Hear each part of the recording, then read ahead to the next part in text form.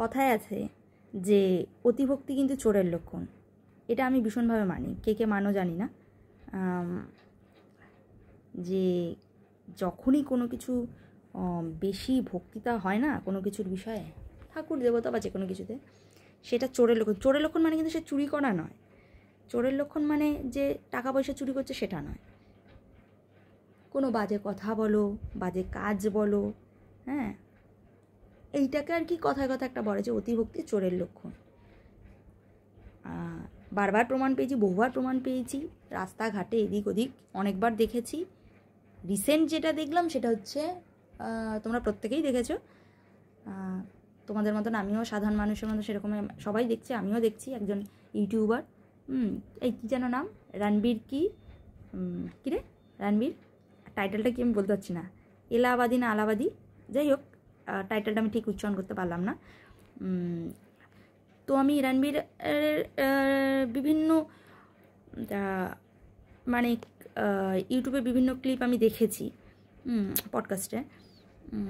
বেশ ভালো লাগতো ছেলেটিকে, কথাবার্তা খুব সুন্দর, খুব আধ্যাত্মিক কথাবার্তা বলতো, ভালো লাগতো। আধ্যাত্মিক কথা বলতে বলে ভালো না, পার্সোনালিটি ভালো লাগতো, একটু বেশ সুন্দর কিউট কিউট টাইপের ছিল। কিন্তু এই রিসেন্ট একটা কোনো পডকাস্টে গিয়ে এমন একটা মানে কথা বলেছে, হ্যাঁ, মানে এটা তো ভাবার বাইরে।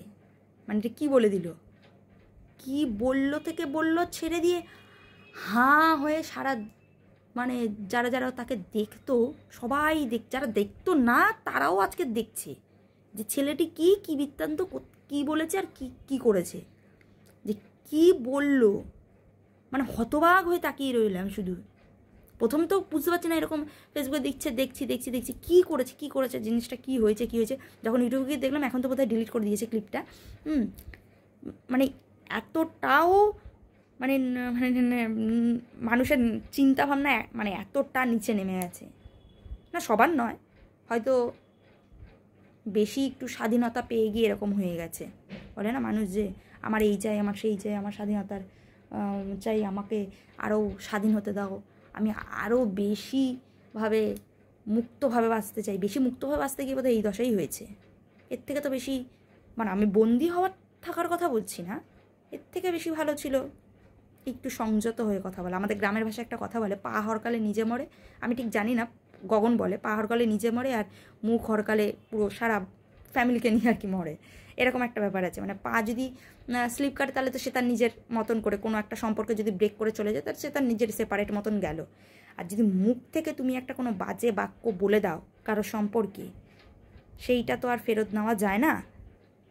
আর তুমি যেটা বললে, তোমার সেই বলাটার ওপর কিন্তু ডিপেন্ড করছে, মানে সেটার ওপর কিন্তু ভিত্তি করে তোমার পারিবারিক শিক্ষা দীক্ষা, কীভাবে তোমাকে লালন পালন করেছে তোমার বাড়ির লোক, সমস্তটা কিন্তু তোমার একটা জাজমেন্ট তৈরি হয়। তো কী বলছো, কাকে বলছো, কখন বলছো, এটা খুব গুরুত্বপূর্ণ। এটা কিন্তু যে স্কুল কলেজে পয়েন্টে এরকম করে শেখায় এমনও নয়।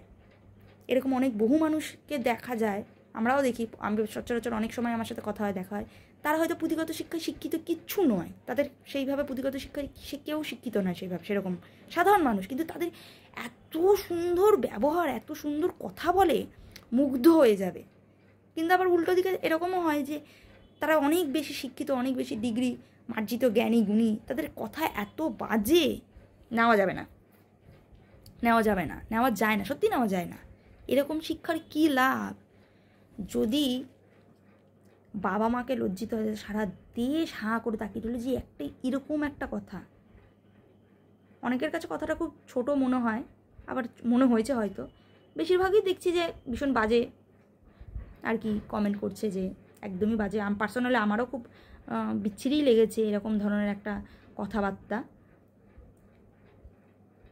দেখে বোঝা যেত না জিনিসটা এরকম, কারণ অনেক জ্ঞানগুণের গল্প দিত দেখতাম, ভিতরে যে এরকম টাইপের তো কে কী জানে। যখন ওই কথাটা বলেছেন, ওই একটা কথার উপর দেখো ভিত্তি করে কিন্তু পুরো মানে আজকে তাকে পুরো বিচার করা হচ্ছে যে কী শিক্ষায় শিক্ষিত হয়েছে, বা কোথা মানে কেমন বাবা মা তাকে লালন পালন করেছে, কিভাবে তাকে বড় করা হয়েছে, কাদের সংস্পর্শে থেকেছে, যে এই রকম আজকের একটা বাজে কথাবার্তা বলছে। মানুষ যা ভাবছে তাই না বলছে, ব্রেন তো আগে ভাবছে যে আমি কি বলবো, পট করে তো আগে বলছে না। আগে ভাবছে তারপরে বলছে, তার মানে তোমার ভাবনাটাই ভুল, মানে এই জায়গাটাই নষ্ট হয়ে গেছে একদম। যদি এইটা যদি ভাবাটা যদি তুমি সুস্থভাবে কিছু ভাবো না, তাহলেই তুমি সুস্থ কথাবার্তা বলবে।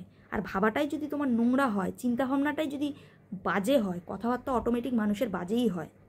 তো ভাবো, ভালোভাবে থাকো, আর ভালো কথা বলো, সুস্থ থাকো।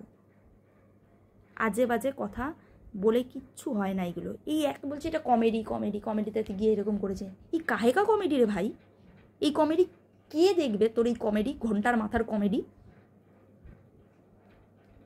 মানুষ তো কত মানুষ আছে এমনি কমেডি করলে অনেকেই উল্টোপাল্টা কিছু মেন করে, কিন্তু এই টাইপের এতটা ন্যূনতম মানে এত জঘন্য কমেডি, মানে যারা কমেডি করে তারা দেখে তারা মানে অবাক যে এটা কমেডি তোকে তাকে দেখে লজ্জা পাচ্ছে যে এটা কমেডি ছিল বলে। আমার তো মানে আমি মানে ভাবছি যে তার বাবা মা কতটা লজ্জিত। হয়তো বাবা মা তো আর শেখায়নি যে তুমি এইটা বলো, তুমি এটা করো, তুমি এটা করো না, মানে এই বাজে কাজগুলো তুমি করো। বাবা মা নিশ্চয়ই শেখায় না, কোনো বাবা মাই শেখায় না। কিন্তু ওই আর কি, বেশি স্বাধীনতা পেয়ে গিয়ে আজকের এই দশা হয়েছে। বেশি স্বাধীনভাবে উঠতে পেরে গিয়ে আজকের হয়তো বেশি স্বাধীনতা পেয়ে গিয়ে হয়তো এই জিনিসগুলো নষ্ট হচ্ছে। কিছু কিছু জিনিস না নষ্ট হয় বলতে, যখন মানুষ চাহিদার বাইরে কোনো কিছু পেয়ে যায়, সব মানুষের ক্ষেত্রেই, সবার ক্ষেত্রেই বলছি, যখন মানুষ কোনো কিছু চাহিদার বাইরে কোনো কিছু পেয়ে যায় না, তখন সেটার মূল্য আর বোঝে না, তখন সেটা নষ্ট হয়। তো শুধু এইটা থেকে এইটা এত আগেও বলতাম, এখনও আমি ইয়ে করি যে ভালো স্কুলে লেখাপড়া শিখলে আর অনেক বেশি বেশি ডিগ্রি অর্জন করলে আর জামা কাপড় সুন্দর সুন্দর পরলেই সে মানুষ হয় না।